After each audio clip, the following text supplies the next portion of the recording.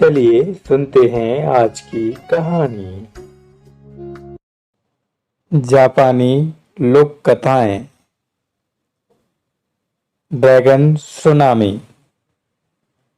गोबे डर से थरथर कांपते हुए चिल्लाया और अपने घर से बाहर भागा।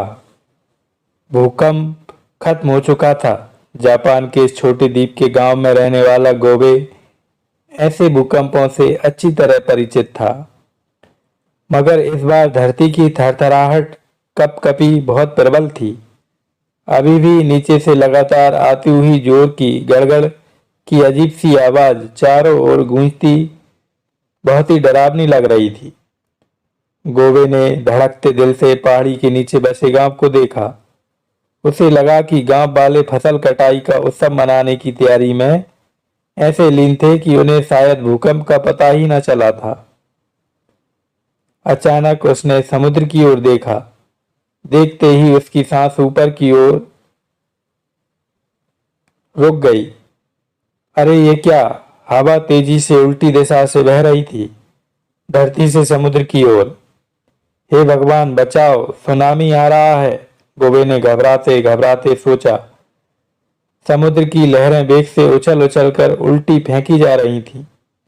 किनारे की रेतीली पथरीली जमीन और काले काले चट्टान दिखाई देने लगे थे। हे भगवान, यह सुनामी भयंकर ड्रैगन तो हमारा पूरा गांव एक ही कौर में निगल जाएगा। मुझे कुछ करना ही होगा, गोबे ने सोचा। वह उल्टे पैर घर वापस दौड़ा और एक जलती देवदार की मसाल हाथ में लेकर भागा आया। घर के सामने उसके खेतों में अभी अभी कटी कटाई धान के बहुत सारे गट्ठर इकट्ठे थे। उन्हें बस खलिहान में ही रखना बाकी था। मैं सब कुछ खो दूंगा, यह सब धान राख हो जाएगा। मेरे पास एक फूटी कौड़ी भी न बचेगी, गोबे ने पसीना पोंछते पोंछते सोचा। मगर मैं अपने इन गांव वालों की जानें किसी भी तरह से बचा लूंगा। भगवान मुझे शक्ति दो, शक्ति दो। एक अजीब भयानक पीड़ा व भय से उसे भीतर ही भीतर थरथरा दिया। मगर जब उसने देवदार की जलती मसाल पके पके धान के गट्टर में एक एक करके ठूंसी, उसका हाथ बिल्कुल स्थिर दृढ़ था।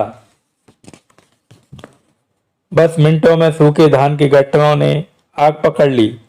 हवा के तेज झोंके में चट से चटकती चिंगारियां छोटे छोटे बहबी जुगनुओं जैसे इधर उधर उड़ने लगी।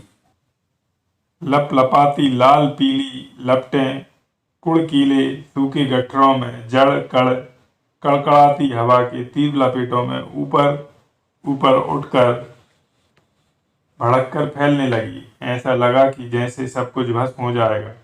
अब तक धान के सारे गट्ठर ऊपर ऊपर लपटें फेंकते जलते हुए ऊंची ऊंची मसालों जैसे आकाश को चूम रहे थे। गोबे ने अपने हाथ में पकड़ी मसाल फेंक दी। वह विचार शून्य पत्थर सा खड़ा था, जैसे कि एक भयंकर सपने में गिरा पड़ा हो। वह एकटक समुद्र की ओर देखता, दूर दूर कुछ खोज सा रहा था। सूरज डूब चुका था। ढलती हल्की गुलाबी नीली सी गोधुली बेला में दूर के पहाड़ कुछ धुंधले धुंधले ओझल हो चले थे। धान के जलते गट्ठरों की चमकती लाल पीली प्रचंड लपटें ऊपर और भी ऊपर उठती जा रही थीं, जैसे आकाश को ही जलाकर राख कर देंगी। पहाड़ों के बीच मंदिर का घंटा जोर जोर से बजने लगा। आग आग, गोबे के घर में आग आग। गांव वालों में से कुछ नौजवान जल्दी जल्दी आग बुझाने पहाड़ी पर बसे गोबे के घर की ओर दौड़े चढ़ने लगे। उनके पीछे पीछे और सब आदमी, औरतें, बच्चे सभी दौड़ा दौड़ी करते भाग भाग ऊपर चढ़ते चले आ रहे थे। पर ऊपर से देखते, हाथ मलते खींचते अधीर गोबे को ऐसा लगा जैसे कि वे सब धीरे धीरे चींटियों जैसे रेंगते चले आ रहे हैं। आखिर कुछ नौजवान ऊपर तक पहुंच ही गए। वे पहले आग बुझाने को भागे। छोड़ो छोड़ो छोड़ो, उसे छोड़ो, गोबे गरजा। सभी को यहाँ बुलाओ, यहाँ यहाँ यहाँ। गांव वाले आते गए, दौड़ते चढ़ते गिरते पड़ते, और सब आए, इकट्ठा हुए। गौवे भाग भाग कर सभी को देखता, पहचानता। अभी भी लोग ऊपर चढ़ते कूदते गिरते पड़ते चले आ रहे थे। गौवे उन सब का नाम एक एक कर पुकार पुकार कर गिनता जाता, जैसे कोई भी छूट ना पाए। गांव वाले हक्के बक्के खड़े खड़े आपस में कानाफूसी करने लगे। क्या गौवे पगला गया है, पागल हो गया है? वे कभी तो उसके जलते हुए धान के टीलों को देखते, कभी उसके चेहरे को। उन्हें कुछ भी समझ में ना आया।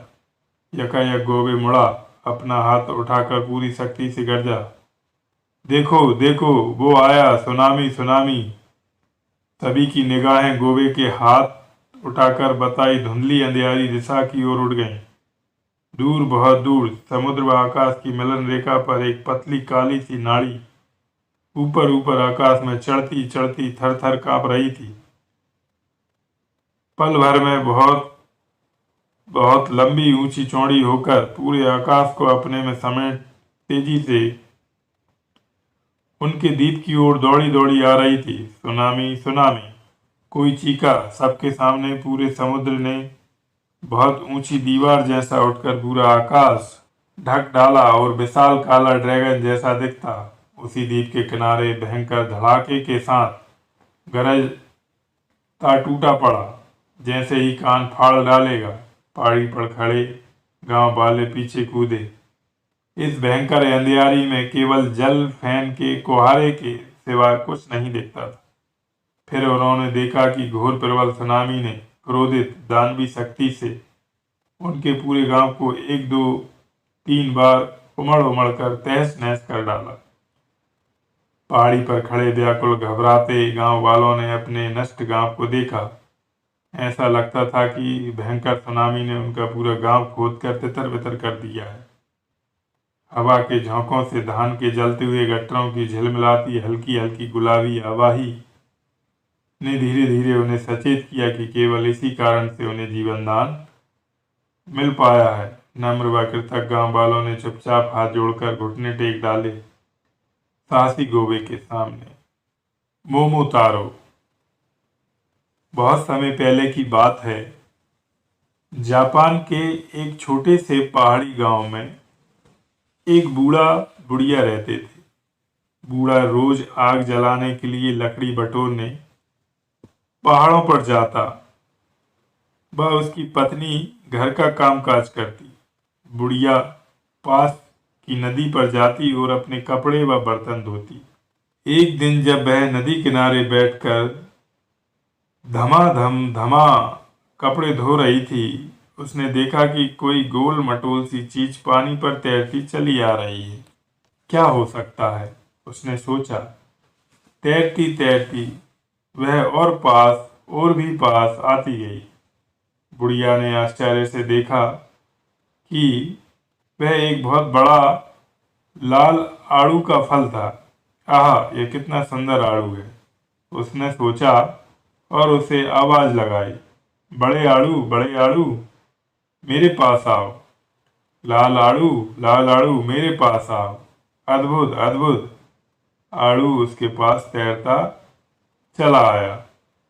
सुंदर आड़ू, मैं बहुत प्रसन्न हूं कि तुम मेरे पास आए हो, बुढ़िया खुश होकर बोली। फिर उसने आड़ू को उठाकर टोकरी में धुले हुए कपड़ों के साथ रख लिया। शाम को जब बूढ़ा घर वापस आया तो बुढ़िया ने उसे सब बात बताई। देखो, मुझे यह सुंदर आड़ू नदी में तैरता हुआ मिला है, बुढ़िया बोली। इतना बड़ा भारी लाल आड़ू देखकर बूढ़े को बहुत अचंभा हुआ। यह तो बहुत बढ़िया दिखता है, सचमुच खूब स्वादिष्ट व रसीला होगा। मैं अभी चाकू लेकर आता हूँ, बूढ़े ने कहा। बूढ़ा आड़ू को काटने वाला ही था कि यकायक आड़ू खूब जोर से धड़ाके के साथ धम्म से फट गया। उसमें से एक बच्चे के रोने की आवाज आई, ओ गावा। और फिर एक छोटा सा प्यारा सुंदर बच्चा आड़ू से बाहर निकल आया। अरे अरे, यह क्या? बच्चे को देखकर बूढ़े व बुढ़िया चकित हो गए।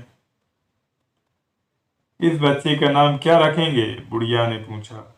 यह आड़ू से पैदा हुआ है, इसलिए इसका नाम मोमोतारो होगा, बूढ़े ने कहा। बूढ़े बुढ़िया ने बच्चे को बहुत प्रेम से पाला पोसा। वह बड़ा होकर लंबा, स्वस्थ व बहुत बलवान हो गया। एक दिन बूढ़े बुढ़िया ने सोचा कि चावल का केक बनाया जाए। उन्होंने बाहर बगीचे में चटाई बिछाई, जिसके ऊपर ओखली रखकर चावल कूटे जाने लगे थे। लेकिन यह क्या, छोटे से मोमोतारो ने भारी भरकम ओखली अकेले ही उठाई और बाहर चटाई पर रख दी। यह देखकर बूढ़े बुढ़िया अचरज में डूब गए। आखिर ओखली का वजन मोमोतारो से भी अधिक था। यह लड़का सचमुच बहुत बलवान है, बूढ़े बुढ़िया ने एक दूसरे से कहा। मोमोतारो केवल बलवान व शक्तिशाली नहीं था, वह दयालु, उदार और सबकी सहायता भी करता था। बूढ़े पिता ने उसे पढ़ना लिखना भी सिखाया। वह बहुत मेहनती था और जो कुछ पढ़ता कभी नहीं भूलता था। वह उम्र के साथ और सुंदर, ताकतवर बन रहा था। उस समय पास के द्वीप में बहुत क्रूर, दुष्ट दानव रहते थे। वे प्राय अपनी नावों में आकर शांति से रहने वाले गांव वालों के घर पर धावा बोल देते थे। उनका धन और सामान लूट लेते, खूब मारपीट करते। इससे लोग परेशान थे। जब कभी दानव आते, गांव वाले अपने अपने घरों से भागकर पहाड़ों के जंगलों में छिपे रहते। मोमोतारो को अपने दुखी माता पिता व गांव वालों की यह हालत देखकर बहुत बुरा लगता था। उसने फैसला किया कि वह दानवों के द्वीप पर जाकर उनसे लड़ेगा। पिताजी, माताजी, वह बोला, मैंने निश्चय कर लिया है कि मैं दानवों के द्वीप पर जाकर उन दुष्टों को मारूंगा। तुम अभी छोटे हो और वे दानव बहुत ताकतवर और भयंकर हैं। उनसे लड़ने के लिए तुम्हारा अकेले जाना बहुत खतरनाक होगा। चिंतित माता पिता ने कहा, नहीं नहीं, मैं आप सबकी रक्षा करना चाहता हूँ। मोमोतारो बोला, मैं सकुशल वापस आऊंगा, आप चिंता ना करें। उसके पिता ने मोमोतारो को योद्धा के कपड़े पहनाए। उसकी माँ ने यात्रा के लिए ज्वार के बहुत सारे लड्डू बनाकर डब्बे में रख दिए। मोमोतारो ने अपनी कमर में तलवार लटकाई और लड्डुओं से भरे डब्बे को झोले में रखकर कंधे पर लटकाया। फिर अपने माता पिता के सामने झुककर बोला, आप मेरे लिए बिल्कुल चिंतित ना होना। मैं प्रतिज्ञा करता हूं कि मैं दानवों को मारकर सकुशल वापस आऊंगा। तुम बहुत सतर्क व सावधान रहना, उसके व्याकुल माता पिता ने कहा। मोमोतारो के पास एक झंडा भी था, जिस पर लिखा था, निप्पोनिची, जापान में सबसे अच्छा, सायोनारा विदाई। उसके माता पिता बोले। मोमोतारो तेजी से चलता चला। इतने में ही एक बड़ा सफेद कुत्ता कूदते फांदते उसके पास आया। भाग भाग भाग भाग, मोमोतारो, मैं देख रहा हूं कि आपने एक योद्धा के कपड़े पहने हैं। आप कहाँ जा रहे हैं? उसने पूछा। मैं भयंकर दानवों से लड़ने उनके द्वीप जा रहा हूँ, मोमोतारो ने कहा। और आपके झोले के भीतर क्या है? कुत्ते ने पूछा। मेरी माँ ने मुझे खाने के लिए बहुत सारे ज्वार के लड्डू दिए हैं। अगर तुम मेरे साथ दानवों से लड़ने के लिए उनके द्वीप चलो तो मैं तुमको एक लड्डू दूंगा, मोमोतारो ने कहा। हाय हाय, आहा, मैं तुम्हारा सहायक बनकर तुम्हारे साथ चलूंगा। कुत्ता खुश होकर बोला, अरिगातो अरिगातो, धन्यवाद धन्यवाद मोमोतारो। कुत्ते ने लड्डू खाते खाते भौंककर धन्यवाद दिया। चलो चलें, मोमोतारो बोला। कुत्ता उसका झंडा लेकर साथ साथ चलने लगा। वे दोनों पहाड़ी सड़क पर जा रहे थे, तभी एक बंदर पेड़ से छलांग मारकर सामने आ गया। वह बोला, मोमोतारो, आपका झंडा थामे इस कुत्ते के साथ आप कहाँ जा रहे हैं? मैं दानवों से लड़ने उनके द्वीप जा रहा हूँ, मोमोतारो ने कहा। और आपके झोले के भीतर क्या है? बंदर ने पूछा। इसमें जापान के सबसे स्वादिष्ट ज्वार के लड्डू हैं, मोमोतारो बोला। क्या आप मुझे एक लड्डू दे सकते हैं? बंदर ने कहा। मैं भी आपका सहायक बनकर दानवों से लड़ने उनके द्वीप चलूं जाऊंगा। अच्छा, तो तुम भी एक लड्डू खा लो, अब तुम भी मेरे सहायक हो। मोमोतारो ने उसे भी एक लड्डू दे दिया। चलते चलते बंदर व कुत्ता आपस में झगड़ने लगे। बाऊ बाऊ, मैं तुमसे अच्छा सहायक हूँ, कुत्ते ने भौंक भौंक कर कहा। नहीं नहीं, मैं तुमसे कहीं ज्यादा अच्छा सहायक हूँ, बंदर ने चींची करके कहा, चीखा। रुको रुको, मोमोतारो बोला, आपस में झगड़ो मत।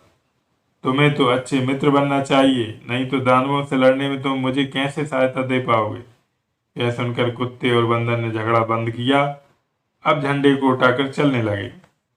चलते चलते वे तीनों एक सुंदर हरे भरे चारागाह में पहुंचे। अचानक एक बड़ा खूबसूरत तीतर उड़ता हुआ आया और उतरकर मोमोतारो के झंडे के ऊपर बैठ गया। बंदर, आप यहाँ झंडा लेकर कहाँ जा रहे हो? तीतर ने पूछा। आप मोमोतारो के झंडे पर मत बैठो, बंदर बोला। नीचे उतरो, मैं दानवों से लड़ने उनके द्वीप जा रहा हूँ, मोमोतारो ने कहा। और आपके झोले के भीतर क्या है? तीतर ने पूछा। मेरे पास ज्वार के लड्डू हैं, जापान में सबसे बढ़िया लड्डू, मोमोतारो बोला। क्या आप एक लड्डू मुझे भी देंगे? मुझे आपका सहायक बनने में खुशी होगी, तीतर ने कहा। मोमोतारो से एक स्वादिष्ट लड्डू पाकर तीतर भी कुत्ते और बंदर के साथ मोमोतारो का सहायक बन गया। चलते चलते वे जल्दी ही समुद्र तट पर पहुंच गए। अब किसी को नाव खोजने के लिए जाना पड़ेगा, मोमोतारो ने कहा। यह सुनकर कुत्ता और बंदर किसी मछुआरे को ढूंढने निकले जो कुछ समय के लिए उन्हें नाव दे सके। सुनो सुनो, उन्होंने मछुआरे से कहा, मोमोतारो दुष्ट दानवों से लड़ने उनके द्वीप जा रहे हैं। क्या आप उनके लिए एक अच्छी मजबूत नाव दे सकते हैं? बंदर ने पूछा। जरूर जरूर, मैं अपनी सबसे अच्छी नाव मोमोतारो के लिए दूंगा और मजबूत डांडा और पाल भी दूंगा, मछुआरे ने कहा। फिर जल्दी जल्दी मोमोतारो, कुत्ता, बंदर और तीतर नाव पर सवार हो गए।